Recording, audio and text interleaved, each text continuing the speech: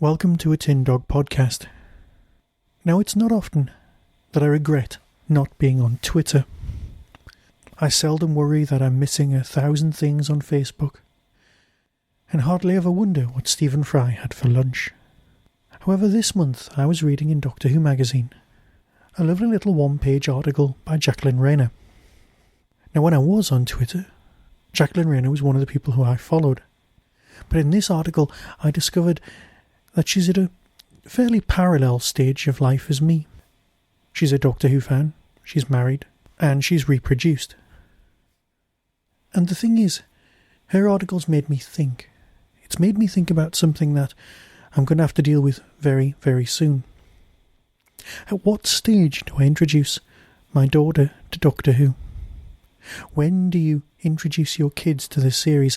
And do you introduce them to the new series or the classic one? Because to adult eyes you can tell the difference. You can see the less than perfectness of the original series. And perhaps in 20 years' time we'll look back at the new series and feel the same way. So do I introduce her to new Doctor Who? After all, that's on Sky TV most days. It's shown in the middle of the day. It's shown at 8 o'clock in the morning. These things are specifically U-rated.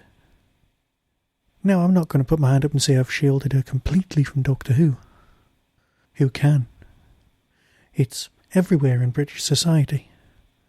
But I'm rather pleased that she still calls a TARDIS a Dalek and a Dalek a TARDIS. And there was a period a few months ago when she was actually frightened of K9. Although I have a tiny one on the top of chest of drawers, the house is hardly full of Doctor Who memorabilia. She didn't recognise Matt Smith from the odd cover of Doctor Who magazine, and she knows that there are lots of other people who I also call the Doctor. But she's never sat down and watched an episode. Now, I could say that it's me being all protective and lovely and all fatherly. It could be me being worried about the mental scarring or the effect it would have on somebody who has an incredible imagination already. But maybe it's something else. Something I'm just coming to terms with. It's that I'm the child, that I don't want to share my favourite toy. It's mine. As many of you know, I was against Doctor Who coming back in 2005 because I liked that it just belonged to us and no one else.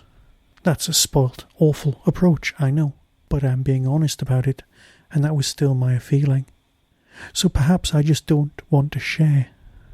It's not that I'm being all parental and judging what she should or shouldn't be watching. Perhaps it's just that it's mine. It's one of the last connections with my early life, with my entire life. It won't last forever. We'll watch something together. We'll watch it as a family. We'll make a judgment. We'll watch an episode. We'll probably watch a story in advance and work out which one to watch. I mean, after all, is Warriors of the Deep truly scarier than, say, Sleeping Beauty? And how many parents would just shove a Disney DVD in and walk away and let the TV look after their kids? So perhaps it's not just my toy. It's a toy that could bring the whole family together. It's Doctor Who. So thanks for bringing this to our attention, Jackie. It's a fantastic article. I suggest anyone else goes out there and reads it. And soon I'll return and talk about something, well, a little bit more canon, shall we say. So until next time, be seeing you.